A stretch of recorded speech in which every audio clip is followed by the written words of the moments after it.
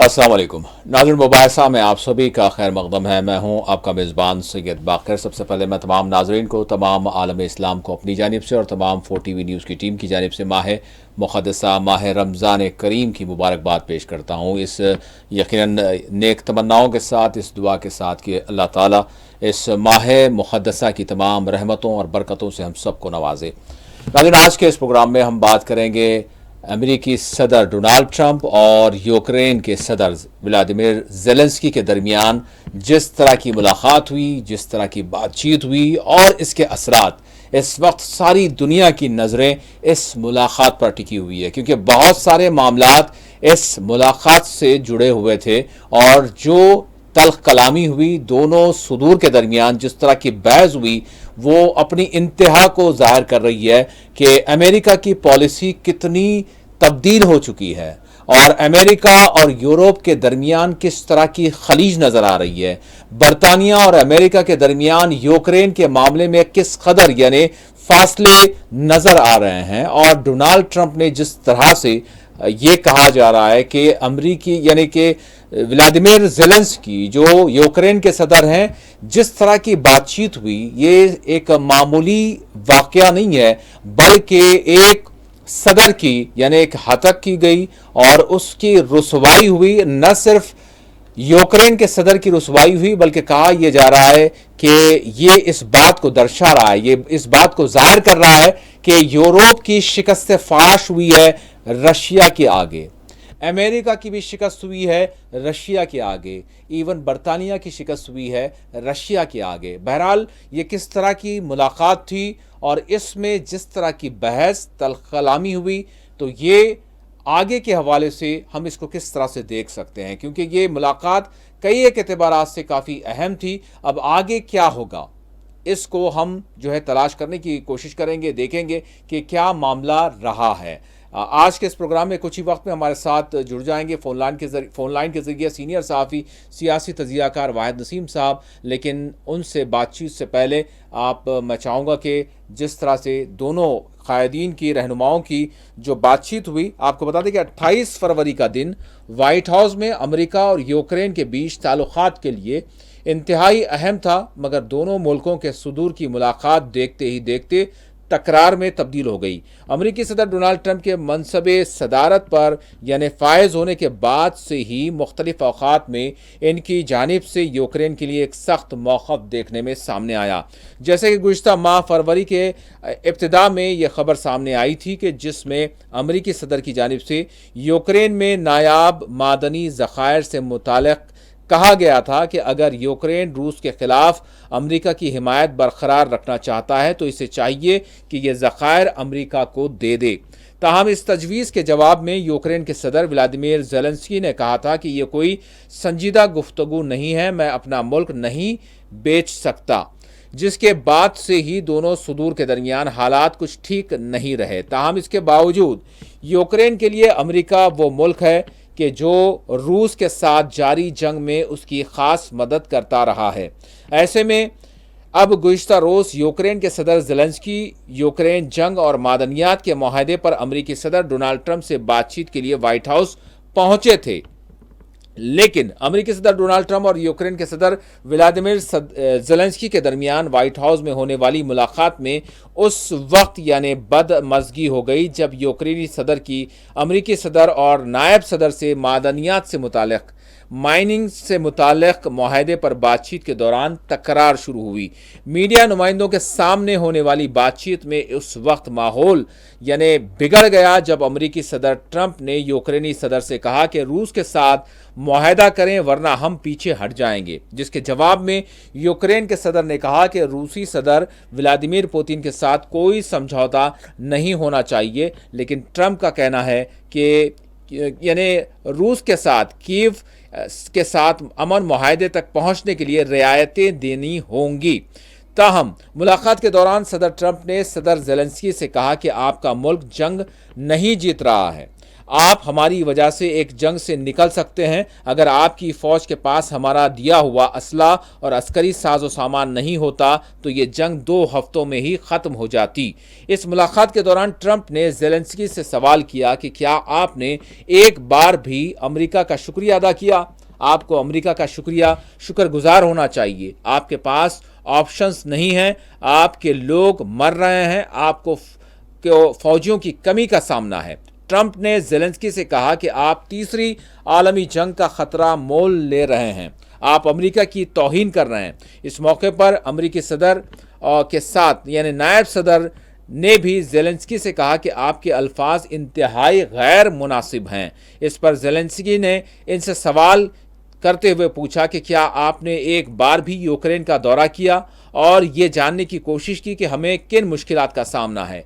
अमेरिकी सदर Donald Trump ने कहा कि यूक्रेन को सिक्योरिटी की जमानत देना अमेरिका की नहीं यूरोप की जिम्मेदारी है। चाहते हैं अमेरिका यूक्रेन की मदद बंद न करे। इस गर्मा गर्म बहस के बाद न सिर्फ दोनों ममालिक के दरमियान मादनियात से मुतालिक मुआहदे पर दस्तखत नहीं हुए हैं, बल्कि ज़ेलेंस्की के व्हाइट हाउस से चले जाने पर दोनों सुदूर की मुश्तरका प्रेस कॉन्फ्रेंस भी मनसूख हो गई। तल्ख जुमलों के तबादले के दौरान दोनों रहनुमा एक दूसरे को बार बार इस अंदाज में टोक रहे थे कि जो मनाजिर व्हाइट हाउस में शाज़ व नादिर ही देखे गए हैं। ताहम आप ये जिस तरह की तल्ख कलामी हुई इसको सुने, इसके बाद फिर हम मजीद इस हवाले से तबसरा करेंगे। तो नाज़रीन, ये जिस तरह की बहस आप देख रहे हैं कि ऐसा मालूम हो रहा है कि दो ममालिक के सुदूर नहीं बल्कि आम लोग हैं और ये आपस में जो है उलझ रहे हैं एक दूसरे से। इस तरह की इतनी यानी इंतहा को मामला पहुंच गया, तो इससे ये ज़ाहिर हो रहा है कि यूक्रेन की जंग को लेकर अमेरिका और यूरोप के दरमियान किस तरह की खलीज जो है बन चुकी है। बहरहाल वाहिद साहब हमारे साथ जुड़ चुके हैं। वाहिद साहब अस्सलाम वालेकुम। जी वालेकुम अस्सलाम। जी वालेकुम अस्सलाम। वाहिद साहब, मैं जानना चाहूँगा कि जिस तरह की यानी कि बातचीत ट्रंप की और ज़ेलेंस्की के दरमियान हुई है और अब तो इंतहा ये हो गई कि ट्रंप ने यानी बिल्कुल रूबरू ज़ेलेंस्की के सामने स्टूपिड कह दिया। और मतलब ये वाक़तन एक मामूली मीटिंग या फिर मामूली जो है वाक़यात शायद नहीं है, क्योंकि सारी दुनिया की नज़रें इस पर जमी हुई है। भाई साहब, आप किस तरह से देख रहे हैं? वैसे हमारे प्रोग्राम में तो हमने मतलब पहले ही शायद इस सारे मंजर के हवाले से आपने रोशनी डाल दी थी और इस हवाले से ये बात वाज़े हो गई थी कि कुछ नया होने वाला है और वो सारी चीज़ हो गई है। बहरहाल इससे जुड़ी हुई बहुत सारी बातें हैं, मैं चाहूँगा कि एक एक करके आपसे पूछूं, लेकिन ये जो मंजर दुनिया ने देखा और आज के प्रोग्राम का हमने उन्वान दिया है यूक्रेन जंग में बरतानिया व यूरोप की रुसवाई। बहरहाल आप आगाज़ करें भाई साहब। जी जी, देखिए एक बात जो कल एक तो सबसे बड़ी बात क्या थी कि कैमरे लगे थे। जी जी, कैमरे लगे थे और कैमरे लगे होने की वजह से जी जेलेंस्की हाइपर था। हाँ। और जेलेंस्की को ये जो टिप्स थी वो दी गई थी उस डीप स्टेट की तरफ से, हाँ। जिन्होंने जेलेंस्की को पैदा किया, जेलेंस्की को प्लांट किया। जी जी, और जेलेंस्की अमेरिकी डीप स्टेट का मोहरा था। जेलेंस्की उस डीप स्टेट का मोहरा था जी जिसने बेसिकली ये पूरे गेम को डिजाइन किया था। और जो रेयर अर्थ मिनरल्स की डील की बात थी, हाँ। वो अगर ना भी होती तो इस तरह का खेल होना था। अच्छा। क्योंकि इसमें एक इसमें एक मामला था। अगर डील की बात भी नहीं होती तो जिस तरह की बात वो एक्सपोज करना चाहता था कि हाँ। मैं जो है अमेरिका के कहने पर ही ये सारा काम किया है और हमने लड़ा है। अगर ट्रंप ने एक इस तरह का गेम प्लान किया और जेडी वेंस ने एक ऐसा गेम प्लान किया जिसमें साबित हो गया जी कि दरअसल जेलेंस्की जो है वो यूक्रेन के लोगों से प्यार नहीं करता। हाँ। जेलेंस्की सच्चाई मानना नहीं चाहता, जिस तरह इजराइल को लेकर नेतन्याहू। तो दो लोग हैं, दोनों एक ही कम्युनिटी के हैं और दोनों उस कम्युनिटी के लिए ही काम करते हैं जिस कम्युनिटी से वो हैं। यानी जो दुनिया में तमाम जितने भी संसाधन हैं उन पे अपना कब्जा बनाए रखना चाहते हैं जी। इसमें ये देखिएगा कि जो यूक्रेन के को उन्होंने धकेला था, इसका इनके पीछे मकसद भी यही था कि यूक्रेन को हम पहले नाटो का मेंबर तो जरूर बना लेंगे और इससे तनाव पूरी दुनिया में बना रहेगा, जिससे भारी हथियार बिकते रहेंगे दुनिया में और भी ज्यादा, क्योंकि यूरोप के मतलब नाटो के और रूस के बीच में एक डायरेक्ट तनाव जो है वो दिखाई पड़ेगा और ये तनाव बड़े हथियारों को की बिक्री को जो है फरोग देगा।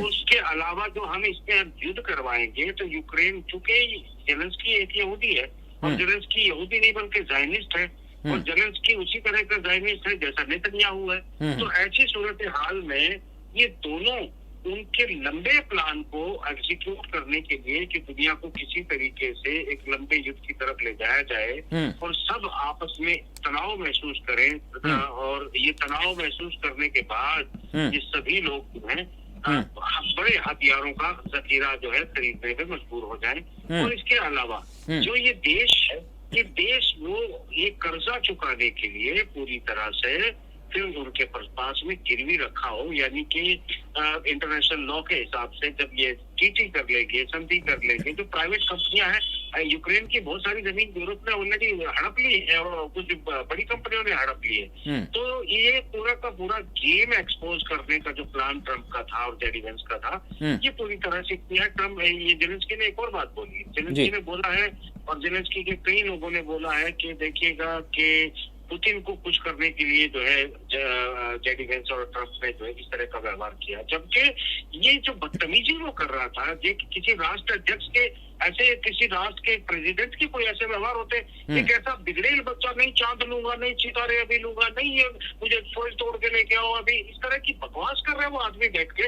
और ऐसे बेवकूफ किस्म के इंसान को, जो एक जिद्दी धार्मिक अंधा और दुनिया को बेवकूफ बनाने वाला कॉमेडियन जो है, उसको राष्ट्रपति बना के इन्होंने दुनिया में पेश कर दिया और ऐसे ऐसे कॉमेडियन अनपढ़ गंवार लोगों को इन्होंने पूरी दुनिया में लाद रखा है अपने गुलाम बना के, जब वो इनके लिए काम करते हैं। तो कुल मिला के जनता के सामने जेडी वेंस और ट्रम्प ने जो इसके एक्सपोज किया है इसके चेहरे को, इससे वो लोग एक्सपोज होते हैं कि किस किस्म के जाहिलों को प्रधानमंत्री, राष्ट्रपति और कैसी कैसी गद्दियों पर बिठाते हैं। ये बात समझने की है, जिसको एक बड़े अच्छे तरीके से एक्सपोज कर दिया गया है इस मीटिंग में। क्या बकवास कर रहा था ये आदमी और उसको डांट रहा। पूरी दुनिया में ये पहला मौका है जब किसी एक वाहियात किस्म के छिछोरे बच्चे को कितना डांटा गया किसी राष्ट्र के अध्यक्ष को, किसी राष्ट्रपति को इस तरीके से कैमरों के सामने जलील किया गया हो।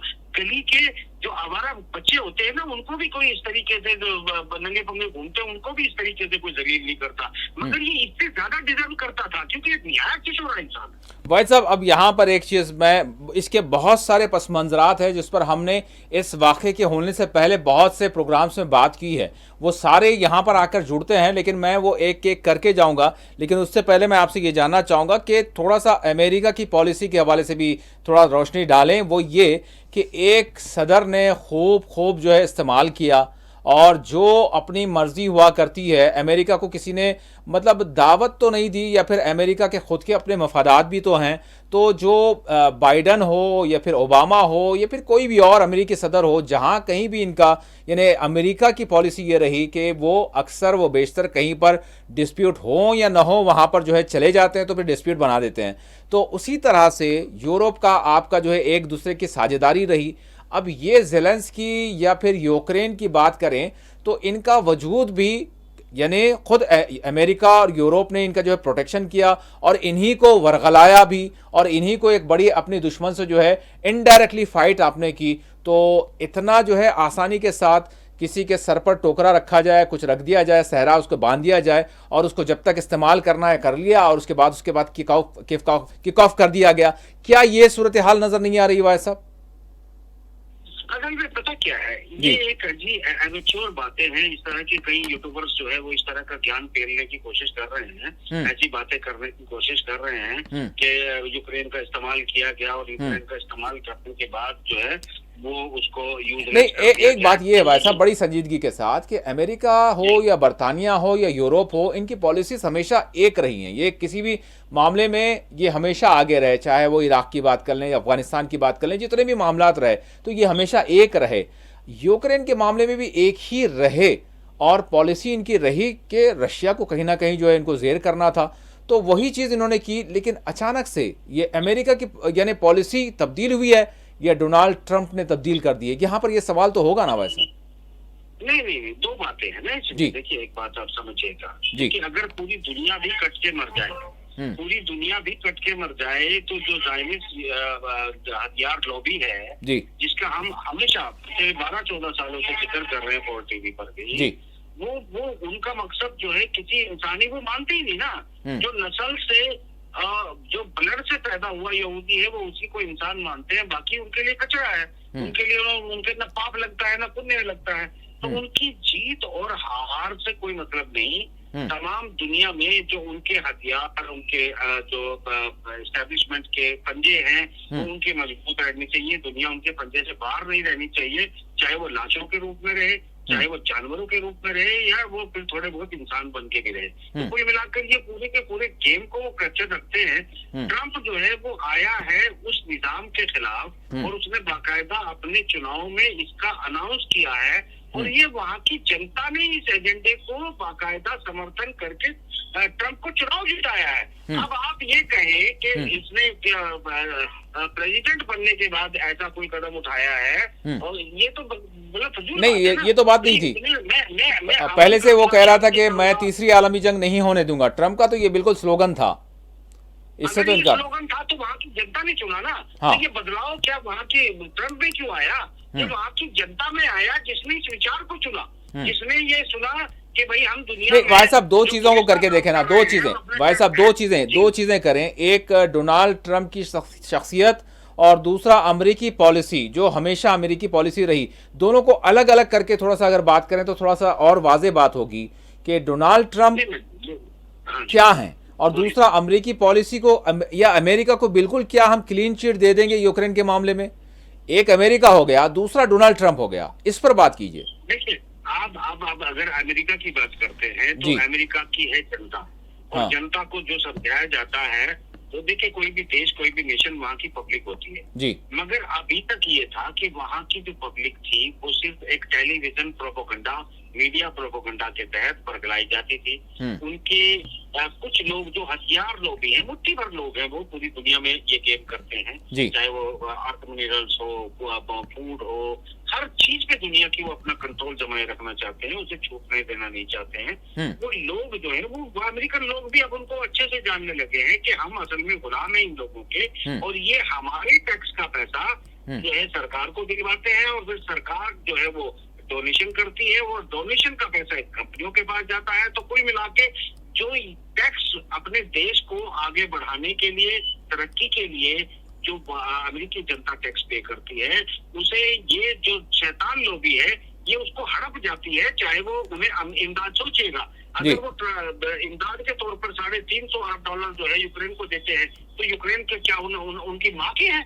कहाँ से आए? वो टैक्स पेयर का पैसा है ना। वो टैक्स पेयर का पैसा हथियार, अब वो सोचेगा तो उसने यूक्रेन को दे दिया हो लड़ने के लिए, तो भी ठीक है। वो यूक्रेन को नहीं दिया जाता, वो लॉकहीड मार्टिन को दिया जाता है, हथियार बनाने वाले रूचाइल्ड की, मॉर्गन की, फैलर की, इनकी कंपनियों को दिया जाता है। इसके अलावा और कुछ कंपनियां हैं हथियारों की, वो हड़प जाती है उस पैसे को, और वहां पर टीन के डब्बे, बम बनाकर, लोगों को मारने की मशीन बनाकर वो यूक्रेन भेज दी जाती है। और ये जब वो सारी चीजें वहां पर चली जाती है, तो आप सोच सकते हैं कि यानी पैसा टैक्स पेयर का किन लोगों की जेब में गया, इसे समझने की जरूरत है। यानी उन लोगों का मूर्ख बनाया गया, उनसे पैसा हड़प लिया गया, और वो पैसा कहाँ गया? यूक्रेन को दे दिया गया। और वो जो बम फूटे, जहाज फूटे वहां पर, उनके बदले उनकी भी जमीन को हड़प ली, उनको भी जो है अर्थ मिनरल, फलाना ठिकाना, बॉक्साइट, क्रोमाइट, गोल्ड, ये सब चीजें वो तो भाई साहब, अमेरिका, यूरोप, बर्तानिया की ये पॉलिसी सिमिलर रही है, सभी की, तीनों की रही है, अमेरिका, बर्तानिया और यूरोप की यही पॉलिसी रही है ना। इससे क्या इनकार किया जा सकता है? चाहे वो अफगानिस्तान हो, चाहे वो इराक हो, चाहे वो सीरिया हो, चाहे वो यूक्रेन हो। जी जी, आपके ऑडियंस को पहले ये भी याद होगा कि हमने बार बार कहा है कि ब्रिटेन सबकी माँ है। ब्रिटेन को रोथशाइल्ड ओनिल सिटी कहा जाता है, इंग्लैंड को। तो बेसिकली इंग्लैंड को अगर कहा जाता है, और ये जर्मन से पैदा होके फ्रांस, स्विट्जरलैंड और इंग्लैंड में जिस तरह से इन्होंने अपने अड्डे बना रखे हैं, जिस तरह इन्होंने यूज किया है ब्रिटेन का, वो जो पूरी दुनिया पे, अब ज़ेलेंस्की वहीं गए हैं, बर्तानिया गए हैं सीधे यहाँ से। जी। तो माँ तो ब्रिटेनी है ना, तो इन्होंने अमेरिका का भी वहाँ जनता दुनिया का टैलेंट बुलाकर, यानी जो ब्रेन है उसे करवाकर उनसे अच्छी कमाई करवाने का गुलामों की तरह जो काम किया। लोग नहीं समझ रहे अभी भी। ट्रम्प समझ रहा है, जेडीवन समझ रहा है, मैंने 1000 बार समझाया है लोगों को। तो ट्रम्प ने क्या अमेरिकी पॉलिसी से इनहराफ कर लिया? अमेरिकी पॉलिसी के खिलाफ ट्रम्प ने जाना शुरू कर दिया है, बल्कि जा चुके हैं। देखिए, आप अगर आप ये कहें कि ये अमेरिकी पॉलिसी है, अमेरिकी पॉलिसी के खिलाफ जा रहे हैं डोनाल्ड ट्रम्प। मैं अमेरिकी पॉलिसी नहीं कहूंगा, मैं कहूंगा हथियार लॉबी की पॉलिसी से वो अलग चला गया है और अच्छा। अमेरिकियों के हित में काम करने का काम ट्रम्प कर रहा है। अच्छा। अपने अमेरिका के हितों की अमेरिकी पॉलिसी पे ट्रम्प आ गया है और अच्छा। हथियार लॉबी और हाँ। धूर्तता और शैतानियत को उसने दरकिनार कर दिया है, जिसमें एक शैतान को उसने कल पूरी तरह से दुनिया के सामने एक्सपोज किया है। ये सच्चाई जी, ये सच्चाई है। लेकिन भाई साहब, ये कितना बड़ा चैलेंज होगा, क्योंकि ये तो बहुत बड़ा, जो भी मतलब जिस तरह की भी ताकत है, जिनके नाम आपने लिए अभी, वो सारे मामलात करते हैं और सब कुछ जो है चलाते हैं जो जैसा चाहते हैं। और यहाँ पर बात ये भी तो है ना, यूरोप अब भी जो है नाला है। यूरोप के चंद ममालिक को छोड़कर सभी जो है जेलेंस्की की तायद कर रहे हैं। अब जेलेंस्की सीधे जो है निकल कर बरतानिया गए हैं, तो अब ये डोनाल्ड ट्रंप के लिए भी कहीं ना कहीं कुछ तो चैलेंज होगा। ये कुछ नहीं कर पाएंगे। ये तो देखिए, एक बात आप समझिएगा जी।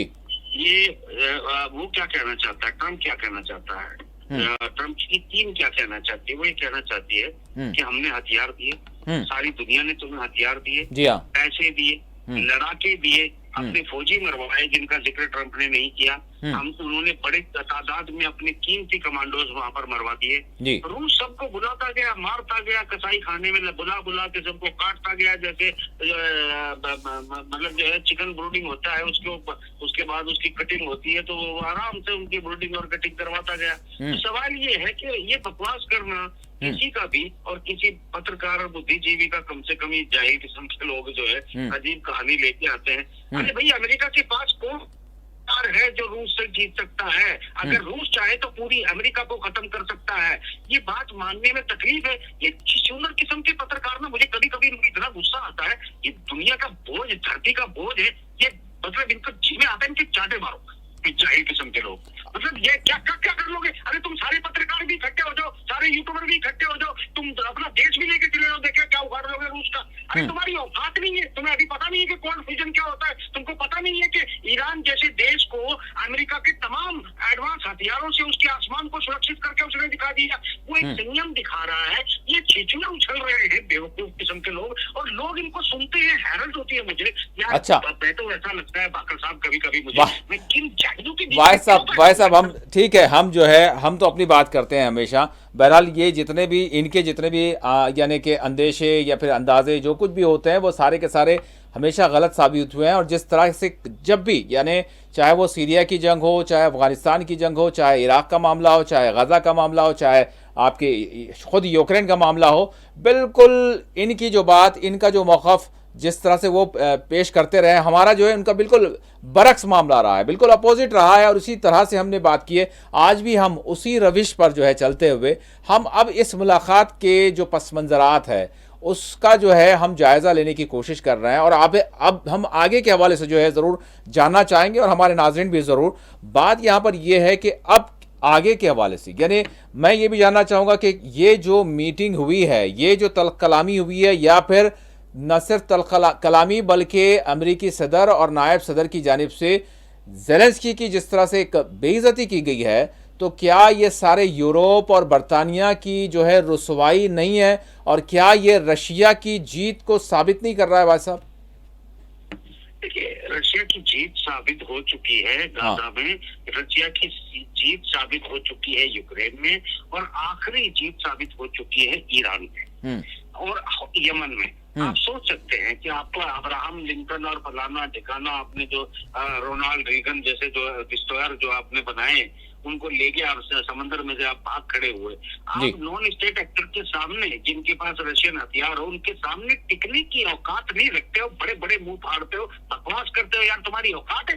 ये इस तरह की बात करने की, और जो इस तरह की कलम उठाते हैं और आगे बड़े बड़े ज्ञान यूट्यूब पे और चैनलों पे पेलते, यकीन मानिए इनको किसी बंदर खाने में बंद करो यार, कौन है ये नहीं भाई साहब, ठीक है, उनको छोड़ दीजिए, उनको छोड़ दीजिए। हम अपना जिस तरह से विश्लेषण हमेशा करते हैं, तो उसी एतबार से हम ये देख रहे हैं कि अभी ये जो कलामी हुई, ये यानी डोनाल्ड ट्रंप जिस तरह से वो मादनियात, वो जो माइनिंग के जो रिजर्वायर्स हैं, उसको चाहते थे कि मुआहदे के तहत वो हो जाए, लेकिन अब उसके बाद ये जो सूरत हाल हुई, उसके बाद उन्होंने कहा कि लाइक माइंडेड जो भी होगा, जो एक यानी कि समझबूझ वाला होगा, उसी से बात करेंगे, अदरवाइज इससे तो कोई बात नहीं हो सकती। तो अब क्या आपको लग रहा है कि यूक्रेन का जो पीस प्रोसेस का मामला था आगे बढ़ेगा या फिर कुछ रुकावटें आएंगी? नहीं, यूक्रेन को भारी पड़ चुका है। यूक्रेन जो गेम हुआ है ना, इसका मतलब समझिए क्या है। इसका मतलब बड़ा खाली जंगबंदी का मामला कैसे आगे बढ़ेगा, सवाल यहाँ पर ये। नहीं, बढ़ जाएगा। ये अब जो वहाँ की फौज है, वहीं से कुछ बगावत आपको नजर आएगी, बहुत सारी चीजें इसकी बदल जाएंगी। अब सवाल ये है कि सबको धोखे से ऐसा लगता था कि सबसे बड़ा जो प्यादा है वो अमेरिकी एस्टेब्लिशमेंट यानी बैंकिंग हथियार जो गैंग है दुनिया का, शैतान गैंग, उस गैंग का सबसे चहेता जो है, नंबर 2 चहेता, नंबर 1 चहेता तो वो बैठा है जो है इजराइल में, नंबर 2 चहेता जो है ये यूक्रेन में बिठाया गया था। इन्होंने 2014 में लाए थे इसको घेर घार के कहीं से। तो ये कॉमेडी करता, नाश्ता खाता फिरता था गलियों में, इसको पकड़ के लाके बना दिया था। ऐसे गलियों में घूमने वालों को बहुत जगह बिठाया उन लोगों ने। तो कुल मिलाकर बात ये है कि इसको जो है लाके बंदर को यहाँ पर बिठाया गया था। उन लोगों का मानना ये था कि हम, वही जो मैं पहले बता चुका हूँ कि यहाँ पर तनाव बढ़ेगा, उसको नाटो यहाँ नजदीक आ जाएगा, तनाव उसकी तैयारी रशिया करेगा, रशिया अगर बहुत तैयारी करेगा तो नाटो के देशों को जो है और तैयारी करनी पड़ेगी उससे मुकाबला करने के लिए। उसके लिए नहीं, हथियारों से हथियार खरीदने पड़ेंगे, उनके परमानेंट ग्राहक बन जाएंगे, अपने देशों की जनता का टैक्स वसूलेंगे, उनके खजानों को भरते रहेंगे। ये सिंपल गेम चल रहा था। इसको जो है ट्रंप ने नहीं बल्कि पुतिन ने और कई और लोग इसमें शामिल हैं, उन्होंने बड़े अच्छे से प्लान किया, वॉश किया चीजों को। सिर्फ जो है ट्रंप जीत के गद्दी पे बैठ जाएगा इतना आसान नहीं है उनके खिलाफ। उसके पीछे अगर वो दुनिया की सत्ताएं बदल सकती है तो उनकी भी सत्ताएं बदली जा सकती है। अब ये बात यकीन करने में लोगों को तकलीफ होगी। अभी लोग जो है एक बदनाम एजेंसी को जानते हैं जिसे कहते हैं मोसाद, जो कुछ उखाड़ नहीं सकती, जो अपने कैदियों का पता नहीं लगा सकती। दूसरी CIA, वो जो दुनिया के बंदर बदलने का काम करती है, उसको जानते हैं, जो पैसे के दम पर लोगों के ईमान खरीदती है, क्योंकि ईमान तो यहाँ सबके बिकाऊ हैं। मगर कुछ ऐसे जाबाज भी इस दुनिया में होते हैं जो अपनी और दुनिया की भलाई के लिए वो काम कर देते हैं कि ऐसे तमाम शैतानों को चंद हीरो जो है वो उनको हराकर जो है जमीन चटा सकते हैं। वो हराई है उन गुमनाम हीरोज के बारे में दुनिया न उनको कभी थैंक बोलेगी, न उनको किसी थैंक की जरूरत होती है, मगर वो काम अपना करते हैं। ये ऐसी दुनिया है जिसके बारे में आम आदमी नहीं जानते। ये बंदर से मुंह शक्ल वाले कोई टीवी पे जागता है, कोई यूट्यूब पे जागता है, उनको देख के समझते हैं बड़े बुद्धिजीवी हो गए हैं। तो इनका जो मामला है वो अजीबो गरीब किस्म का होता है। मगर कभी कभी कुछ हंसी आती है कि लोग उस दुनिया की खबरें सुन रहे होते हैं जो असल में दुनिया है ही नहीं, जो बेसिकली एक वर्चुअल क्रिएशन होता है लोगों को काम पे लगाने के लिए, जैसे कबूतरों को जाल में फंसाने के लिए दाना डाला जाता है, उससे ज्यादा कुछ भी नहीं। जी अच्छा, दूसरी चीज़ अब यहाँ पर यह है कि अब ये जो कुछ भी हुआ है, अब आगे के हवाले से यहाँ पर रशिया में और रशिया की मीडिया में और ख़ुद व्लादिमीर पुतिन ऐसे तबसरे चल रहे हैं कि जैसे कि डोनाल्ड ट्रंप नहीं बल्कि वहाँ पर व्लादिमीर पुतिन जो है बैठे थे और सारा जो है अपना बदला निकाल रहे थे। यानी मुकम्मल तौर पर ऐसा मालूम हो रहा था कि डोनाल्ड ट्रंप नहीं है।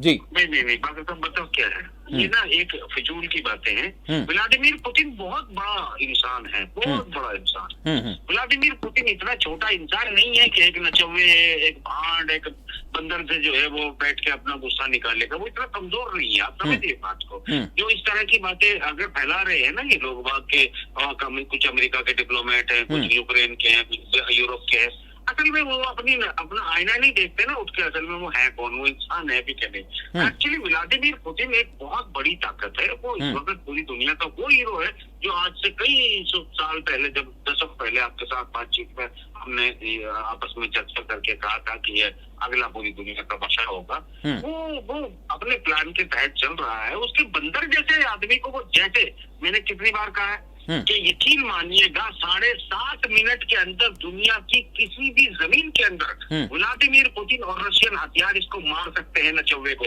मगर इसकी औकात नहीं है कि रशियन हथियारों से इसको मारा जाए। क्योंकि ये बंदा है, बंदे को क्या इब्तिदा में भाई साहब ये सवाल खड़े किए जा रहे थे कि रशिया ने अगर जो है रशिया का इन्वेजन हो रहा है और दोनबास को इसने अपने कब्जे में ले लिया है, और तो फिर क्या वजह है कि मतलब व्लादिमीर ये ज़ेलेंस्की बड़ी आज़ादी के साथ घूम रहा है लेकिन इसको रशिया जो है कोई निशाना नहीं बना पा रहा। ये बात ज़रूर चलाई जा रही थी, बिल्कुल आपने करेक्ट कहा, बिल्कुल ये बात की जा रही थी। लेकिन आज जो है पता चल रहा है कि आज इसी की वजह से कि कितनी बड़ी हजीमत जो है इनको हुई है और जो कुछ अभी सूरत हाल बनी है।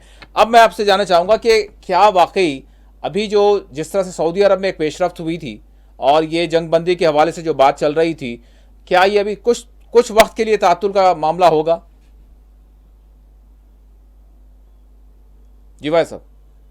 जी सॉरी, अभी क्या जंगबंदी का या फिर पीस प्रोसेस का जो मामला आगे बढ़ रहा था, तो क्या इसमें कुछ रुकावट अभी पैदा होगी ये इस मुलाकात के बाद? नहीं, कुछ नहीं होता। पीस प्रोसेस रहे हैं चीज पे कि पहले भी एक बार बात कही थी कि कई बार पीस डील होगी, कई बार टूटेगी, फिर छोटी मोटी झड़पों में बदलेगी और उसके बाद फिर से जो है पीस डील की तरफ बढ़ जाएंगे। आप समझते क्यों नहीं? देखिए, जो वेपन, जिन हथियारों का इस्तेमाल किया गया है वो हथियार बड़े जबरदस्त हैं। उनका तोड़ किसी भी दुनिया के पास नहीं है। और अब कोई रिटेलिएट 25 साल तक चीन और रूस के हथियारों का मुकाबला करने की क्षमता अमेरिका सहित तमाम यूरोप हो चुका है। एक नया हथियार इंट्रोड्यूस है जिसे ओर्शनिक कहते हैं, जो कोल्ड फ्यूजन है। अभी उसके बारे में लोगों को पता भी नहीं है। जैसे परमाणु जब फटा था तो परमाणु के बारे में बहुत सारी बातें प्रचलित थी, उस सिद्धांत को लोग जानते थे, उस पर काम कर रहे थे। कोल्ड फ्यूजन के बारे में तो अभी तक चर्चा ही नहीं है दुनिया की यूनिवर्सिटीज में। आप समझिए ना, एक ऐसा ठंडा बम परमाणु है, वो एक ऐसा ठंडा कि उतना ही काम करता है, उससे ज्यादा विनाश करता है, मगर रेडिएशन नहीं होता उससे। सदियों जानवर, मतलब वो बहुत कुछ अलग है उसमें, क्योंकि वो बहुत सारी चीजों को बचाते हुए जिसे चाहे जहां चाहे फोकस करके मारा जा सकता है। मगर एक चीज जरूर है, मैंने कहा था कि अभी कुछ हथियारों का डेमोन्स्ट्रेशन बाकी है, कुछ हथियारों का डेमोन्स्ट्रेशन बाकी है। अगर उन हथियारों का डेमोन्स्ट्रेशन चीन और रूस ने और कर दिया तो अगले 25 से 30 साल के लिए हथियार लॉबी और अमेरिका और पश्चिमी जगत के तमाम लोग सर उठाने के लायक नहीं बचेंगे, मुंह दिखाने के लायक नहीं बचेंगे और हिम्मत नहीं जुटा पाएंगे कि वो अब आगे रूस के सामने हाथ उठाएं और फिर रूस की एक तरफा दादागिरी को मानना पड़ेगा। मगर पुतिन और दुगिन ये बात नहीं चाहते हैं, क्योंकि उनका मानना बड़ा स्पष्ट है, क्लियर है, और वो ये है कि अगर हम इस तरह की जिद करेंगे तो फिर हम जो अर्थव्यवस्था का हिस्सा बनना है, हमने जिस आर्थिक निजाम को आगे लेकर अपने देश को आगे बढ़ाना है, उसमें रुकावटें पैदा हो जाएंगी जो अभी उन्हें नहीं करनी है। इसलिए वो दुनिया के किसी भी छिछोरे इंसान की बकवास से गुस्से में आने वाले नहीं है। मेरी तरह, जैसे मैं तो शॉर्ट टेम्पर्ड आदमी हूँ, पर मैं ना तो मैं किसी हथियार को भी कहूँ ना मेरी जेब में कुछ आता जाता है, तो मुझे मेरा जाता क्या है तो मैं तो आऊंगा गुस्से में, मैं कौन सा नीति निर्धारक हूँ। तो कुल मिलाकर, मगर वो उसको गुस्सा आता भी है, मगर वो गुस्से को अलमारी में सेव कर देता है और उसके बाद उस पर काम किया जाता है, सोचा जाता है, एक लंबी प्लानिंग की जाती है, उसके बाद उसे अंजाम तक पहुंचाया जाता है। अच्छा। ये मतलब मुंह से कुछ कह देने वाली बातें जो है वहाँ नहीं चलती हैं। मैंने ये कहा है, आप समझिएगा कि दुनिया फिर से ये हो जाएगी परमाणु परमाणु परमाणु पर ये बकवास कर ही रहे हैं ना, इनके तो मतलब थी ना कि परमाणु युद्ध करवा दे दुनिया में। वो परमाणु युद्ध बचाने के लिए ट्रंप आ गया है, जेडीवेंस आ गए हैं। अभी भी क्योंकि उनका मकसद था, जो एजेंडा 2030 में शामिल है, जो यूनाइटेड नेशन के चार्टर पे भी लिखा है, जिसे प्रचारित किया है, जिसमें इनके ब्रांड एम्बेसडर है, कि दुनिया को अगर ऐसे कम नहीं होती तो चलो इनको मारते हैं। तो ये सारी चीजें तो है, इनके पास है जरूर, मगर याद रखिएगा कि ये इनका जो फार्मूला है वो सक्सेस होने नहीं जा रहा है जी, वो सक्सेस नहीं होने जा रहा है अभी। तो इनका फार्मूला अच्छा, अब बात यहाँ पर ये कि जिस तरह से यानी रशिया पर सैंक्शंस वगैरह हैं, तो पीस प्रोसेस का मामला आगे बढ़ता तो वो सैंक्शंस भी जो है हटती, तो ठीक है, बिल्कुल आपको जो है ज्यादा इफेक्ट नहीं हो रहा होगा, लेकिन इसके बावजूद भी अगर सैंक्शंस हटती हैं, जी आप एक बात समझिएगा कि G7 के मुकाबले, G7 के मुकाबले रशिया की इकोनॉमी जो इस वर्ष बड़ी है, वो मार्च आ रहा है, इस वर्ष जो बड़ी है, आपको पता है वो कितनी है? जी 4.1 and 2, 4.1 and 2 जो G7 से 1.5% ज्यादा है। जी। G7 की जो कंट्री है, जो दुनिया की 7 सबसे बड़ी इकोनॉमी मानी जाती है, जी। उन सबसे तेजी से इसकी अर्थव्यवस्था बढ़ी है, जीडीपी बढ़ी है, इनकी ग्रोथ बढ़ी है।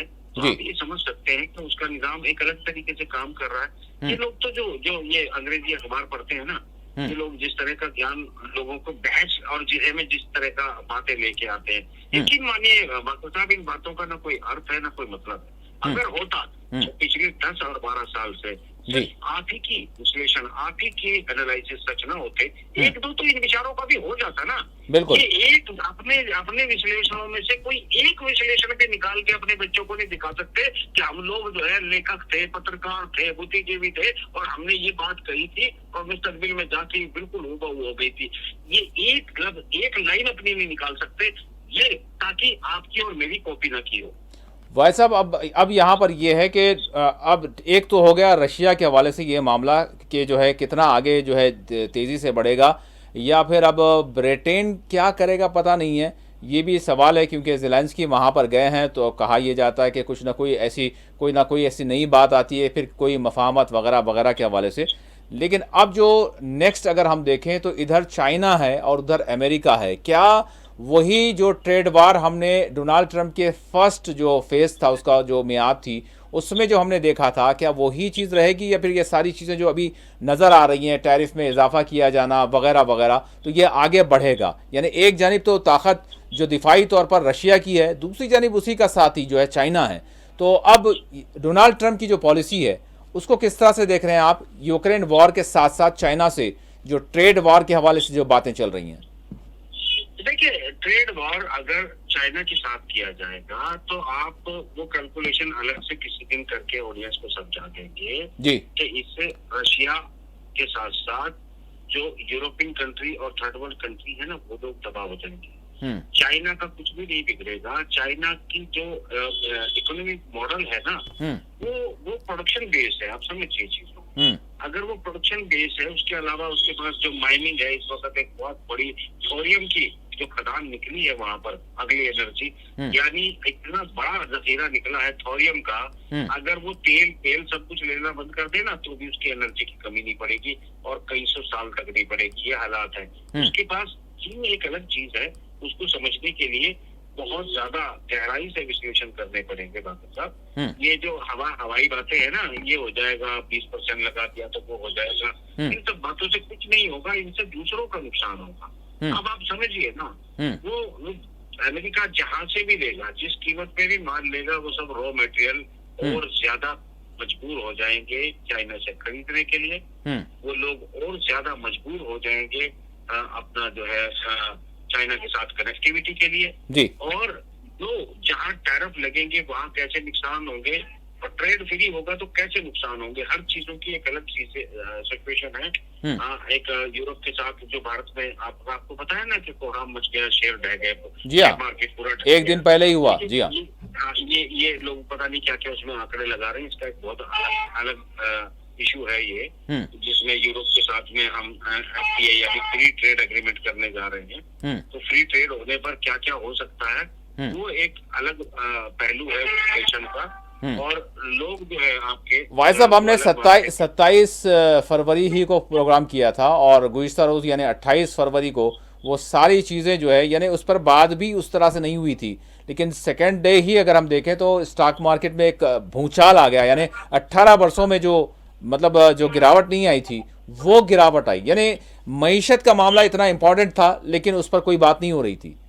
27 के रोज हमने बात की थी। वो बात उन्हें अलग काम पे लगाने के लिए अच्छे फार्मूले उनके पास होते हैं और ये फार्मूले जो है वो अच्छे से काम भी करते हैं। तो मगर एक इसमें वो आप समझ सकते हैं कि ये जो FTA की घोषणा की है ना, इसका मतलब कैसे काम करेगा। अगर यहाँ ये किसी के साथ फ्री ट्रेड अनाउंस करेंगे तो जो कंपनियां मजबूरन यहाँ लगाते हैं, क्योंकि भारी टैक्स जो है वो दिया जाता है, तो इसलिए ये जो लगाई जाती हैं चीजें, इनको बेसिकली अगर वो फ्री ट्रेड करेंगे तो फिर उन्हें कंपनी लगाने की यहाँ जरूरत नहीं पड़ेगी, बल्कि वो लोग जो है सीधे ये करेंगे कि वो अपना तैयार माल भेजेंगे, क्योंकि ड्यूटी तो अब लगती नहीं है।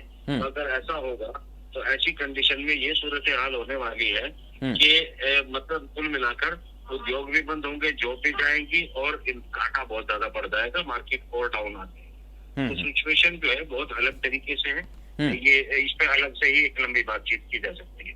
ठीक है भाई साहब, आखिरी सवाल मैं आपसे करूंगा, वो ये है कि ओवरऑल जो अभी जिस तरह की सिचुएशन है, तो इस दौरान यानी अगर हम एक 10 दिन की बात करें, 15 दिन की बात करें या चंद घंटों की बात करें, तो क्या कोई एक मजीद नई जो है इसमें पेशरफ्त हो सकती है? कुछ ऐसी बात कि इसको यानी मेकअप करने की कोशिश की जाए, क्योंकि यूरोप में खलबली मची हुई है और ब्रिटेन में जो है इस हवाले से इस मीटिंग के बाद बहुत सारी जो है यानी मीडिया को अगर हम देखते हैं खुद अगर इंटरनेशनल, तो वहाँ पर बहुत सारे ऐसे तबसरे चल रहे हैं, ऐसी बातें चल रही हैं। कोई तो जो है ज़्यादा हम देख रहे हैं कि व्लादिमीर ज़ेलेंस्की की जो है तायद करते हुए नज़र आ रहे हैं। तो क्या कोई ऐसा कोई रास्ता निकाला जाएगा कि कहीं ना कहीं मेकअप किया जाए सारे मामले को?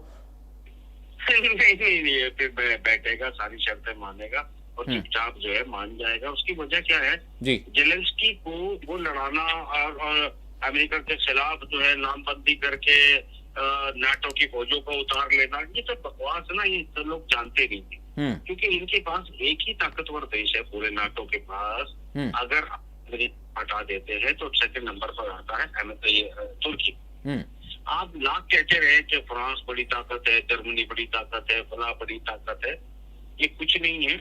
इनका कोई वजूद नहीं है सिवाय बकवास के, और इसमें कोई हकीकत नहीं है कि ये मुकाबला कर सकते हैं। फिफ्थ जनरेशन के वेपन्स के मैन्युफैक्चरिंग में जिस तरीके से व्लादिमीर पुतिन ने हैंडल किया है तुर्की को, वो कमाल है। क्योंकि उसके जो वेपन है वो जर्मनी, ब्रिटेन और फ्रांस से कहीं ज्यादा एडवांस है और घातक है। आप जानते हैं कि मस्कोवा को डुबाने के लिए जो है तुर्की के हथियार का इस्तेमाल किया गया था। जो एक बड़ा नुकसान जो पहुंचा है इसको रशिया को, वो तुर्की के हथियार से पहुंचा था। ये याद रखिएगा। तो कुल मिलाकर ये है कि अब सेकंड नंबर पे वो रशिया के साथ ही खड़ा हुआ है दाएं बाएं करके। इसलिए उसने कह भी दिया है कि भाई अगर आप अगर ऐसी सिचुएशन में जाते हैं कि अमेरिका से तो बाहर हो जाता है, तो फिर यूरोप को बचाने के लिए तो मैं ही हूँ और तो कोई है नहीं, मैं ही बचा सकता हूँ। वहां से ये रजब तैयब एर्दोगान ने कह भी दिया है। तो ये सारी बात उसमें जो कह दिया है उसमें वो सारी बातें हवा में नहीं है। उन बातों में बहुत बड़ी सच्चाई है। और जो कुछ नौटंकी एर्दोगान की तरफ से चल रही है वो आप जैसे ही खुलेगी आपके सामने तो दुनिया मतलब यकीन नहीं कर पाएगी कि आखिरकार तुर्की के जरिए रूस ने कौन सा गेम प्लान किया था और कब मौके पर उसको खेला गया। आप वो भी एक गेम आने वाले दिनों में जरूर देखेंगे। आपकी ये बात जो अधूरी है ना, वो अधूरी नहीं रहेगी, वो भी पूरे होने वाली है। और सिर्फ उसका स्टेप चेंज हुआ है कि जहाँ उसका ऑर्डर तय किया गया था, उसका ऑर्डर चेंज किया गया, बाकी कुछ भी चेंज नहीं हुआ है। तो मैं ये बताना चाहता हूँ आपको कि जो आने वाला वक्त है उसमें उन्होंने दुनिया को यूनिपोलर बनाने का जो अज़्म की बात की है वो हो चुका है। अब वो सिर्फ आपको देखना बाकी है। ये कुछ नहीं करेंगे, ये यूरोप के देश है, क्या करेंगे बताइए? क्या ये लोग जो है अमेरिका से भी बैर ले लेंगे, रूस से भी बैर ले लेंगे और उसके बाद ये लोग नहीं? आपके बकौल खुद ब्रिटेन की अगर हम बात करें तो ब्रिटेन तो सबका जो है सबकी मदर है, तो फिर उस लिहाज से कोई तो जो है ऐसा सोचा जाएगा, क्योंकि बहुत सारी दुनिया पर जो गिरफ्त है इनकी वो जो है कमजोर हो जाएगी। अगर आप सुनिए, अगर स्टारमर की आप बात करते हैं जी, तो स्टारमर एक लिबरल आदमी है। स्टारमर इनका हिस्सा तो नहीं है, मगर चूंकि उन्हीं के देश को चला रहा है जो किंगडम में बैठते हैं, और वो किंगडम जो MI6 और MI5 के जरिए ऑपरेट होता है, तो उसे वो सारी बातें करनी पड़ रही है जो अमेरिका की वो हथियार लोबी, अमेरिका, ब्रिटेन का किंगडम, ये सब एक ही कड़ी के मतलब ब्रांचेस है। और इनका सेंट्रल हाउस भी जो है अगर माना जाए तो ब्रिटिश किंगडम ही है। मगर ये जो जहाँ पर बैठकर इनके सारे मसूदे तय होते हैं, षड्यंत्र प्लान तय किए जाते हैं, वो छोटे मोटे कामों में इंटरफेयर नहीं करते। यानी एक इनडायरेक्टली पूरी दुनिया पर ये माना जाता है कि किंगडम जो है अब भी राज करता है, क्योंकि किंगडम की जो ब्रांच उन्होंने दुनिया में फैलाई है हथियार लोगी, और जो बेसिकली सिर्फ हथियार नहीं है उनके पास में, वो हम बता चुके हैं 10 बार के पूरी निजाम उनके पास में है, अर्थव्यवस्था उनके पास में है, तेल उनके कब्जे में है, दुनिया की सत्ताओं का परिवर्तन, बदलना उनके कब्जों में है। ये सारी चीजें उनके कब्जे में होने की वजह से डॉक्टर साहब, ये लोग जो है किंगडम को ही, अब मैंने एक बात बताया था कि अगर परमाणु बम की स्थिति आएगी, यकीन मानिएगा कि ब्रिटेन का किंग हाउस जो है सबसे पहले डुबो दिया जाएगा। क्योंकि अब अगर किसी में कोई ताकत है दुनिया को मजबूर करने की कि परमाणु युद्ध की तरफ जाया जाए, जेलेंस्की सहित और नेतन्याहू सहित सबको आगे बढ़ाया जाए, तो वो सिर्फ किंगडम में और किंगडम में बैठे हुए शैतान और उसके जो प्यादे हैं, छोटे शैतान, बड़े शैतान, सब मिलकर जो है वहीं से वो ऑपरेट कर सकते हैं। और भाई साहब जो है वो इस बात को जानते हैं कि मुझे किंगडम को कैसे डुबोना है। तो कुल मिलाकर ये सारी चीजें वो हैं जो आप और मैं बात करते हैं, और हमारे चंद चुनिंदा दर्शक जो है नाजरीन उसको सुनते और समझते हैं और इस पर बिलीव रखते हैं। बाकी सबको तो ये परियों की कहानी लगती है, जबकि मजे की बात यह है कि वो खुद एक परियों की दुनिया में जी रहे हैं, वर्चुअल जो है ही नहीं। मतलब वो एक ऐसी दुनिया को पढ़ते, सुनते और गाते बजाते हैं जो असल में है ही नहीं। बिल्कुल। तो कुल मिलाकर मैं जो फैक्ट है आपके सवालों के माकूल और सच जवाब देने की कोशिश की है। बिल्कुल भाई साहब, मैं एक लास्ट बिल्कुल सवाल करूंगा, और इसमें सिमिलैरिटी, क्योंकि हर चीज़ कुछ ना कुछ कहती है, ये बिलखुसूस इंटरनेशनली जो डिप्लोमेटिक मामलात हैं, तो उस हवाले से और उसी पर हमने चर्चाएं भी की हैं। देखें, डोनाल्ड ट्रंप के इख्तिदार में आने के बाद, डोनाल्ड ट्रंप के सदर बनने के बाद जो अमेरिका का दौरा करने वाले हैं उसमें इजरायली वज़ीर आज़म, और फिर उर्दन के जो है शाह, और फिर इसके साथ साथ सऊदी अरब की भी अगर हम बात करें बिन सलमान की, बहरहाल, और फिर उसके साथ साथ फ्रांस के सदर, और फिर यूक्रेन के सदर का अब, और फिर हमारे वज़ीर आज़म नरेंद्र मोदी। तो क्या मतलब कुछ ना कुछ सिमिलैरिटी है, एक तरफ यूरोप से और एक तरफ ज़ेलेंस्की, और फिर उसके बाद यानी अरब ममालिक से, और फिर इसके साथ साथ हमारे प्रधानमंत्री भी गए थे। तो ये जो दौरे हुए हैं बिल्कुल कम वक्त में, तो दूसरे दौरों के हवाले से तो हम कह सकते हैं हमारे प्रधानमंत्री ने भी दौरा किया था, उस पर भी सवाल खड़े किए गए। अगर यशवंत सिन्हा की बात करें तो एक लंबा चौड़ा उनका जो है सामने जो है बयान सामने आया था कि क्यों इतनी जल्दी करके हमारे प्रधानमंत्री गए। लेकिन भाई गए तो गए हैं, कोई ना कोई वजह तो होगी जिसकी वजह से गए हैं। कड़वा सच ये है जी कि जेलेंस्की को भी तलब किया गया है, अच्छा, बाकी सबको भी बुलाया गया है। अमेरिका को अगर सुपर पावर और अपना खुदा न मानते तो एक ऑर्डर पर भागे न चले जाते। जैसे बच्चों की जब कोई नया टीचर बदलता है तो वो कहता है कि आओ जरा तुम्हारी क्लास लेनी। इस तरह सभी दुनिया के राष्ट्रपति, प्रधानमंत्री भागे जा रहे हैं, तो आपको समझ नहीं आ रहा है कौन सी मोहब्बत दुखी पड़ी है। भाई तुम अपने हिसाब से अपने प्लान बनाओ ना। अगर तुम्हारी ताकत तुम्हारे पास है, तुम्हारी चीजें तुम्हारे पास है और तुम बहुत कुछ कर सकते हो, तो अपने हिसाब से अपनी फुर्सतों के, कोई तुमको कहेगा आओ जी बैठो हमारे साथ बात करो, और तुम करना शुरू हो जाओगे तो पता चल जाता है दुनिया को तुम क्या कर रहे हो, तुम हो कौन और तुम्हारी हैसियत क्या है। तो वही जेलेंस्की को बिठाकर दुनिया को ये बताया गया है कि उन्होंने दूसरों के साथ क्या किया है, चाहे वो बंद कमरे में किया है या फिर कैमरों के ऊपर किया है। तो समझ गए होंगे आप किस तरीके से जेलेंस्की को, क्योंकि जेलेंस्की ने जवान दराजी ज्यादा की है, उसको लगता था कि वो रोज चाइल्ड की नकली और नाजायज औलाद है जो अब असली बन चुका है। तो रोज चाइल्ड की नाजायज औलाद जो है अपनी को असली औलाद मानकर जो है अपनी बेइज्जती करवाई है उसने। और ये सिर्फ अपनी बेइज्जती नहीं करवाई है, उसमें दुनिया के उन लोगों का भी पोल पट्टी खोलती है जिनके साथ बंद कमरे में क्या नहीं हुआ होगा। तो वो समझ में आ जाता है कि क्यों लोगों के मुंह लटके होते हैं, क्यों उनके जहाज से उतरते वक्त पैरेलल खड़ा रहे होते हैं, क्यों उनकी शक्लें बदली होती है। तो 3rd डिग्री के बाद जिस तरीके से बाहर निकल के आदमी बाहर आता है, कोशिश करता है लोगों को ये दिखाने की नहीं मुझे कुछ नहीं हुआ है, मगर दर्द की आवाज कहीं कहीं से आ रही होती है अंदर। ठीक है, तो कुल मिलाकर ये आपके सवाल का जवाब है। ठीक है। बाकी ट्रम्प किसी का गुलाम नहीं है।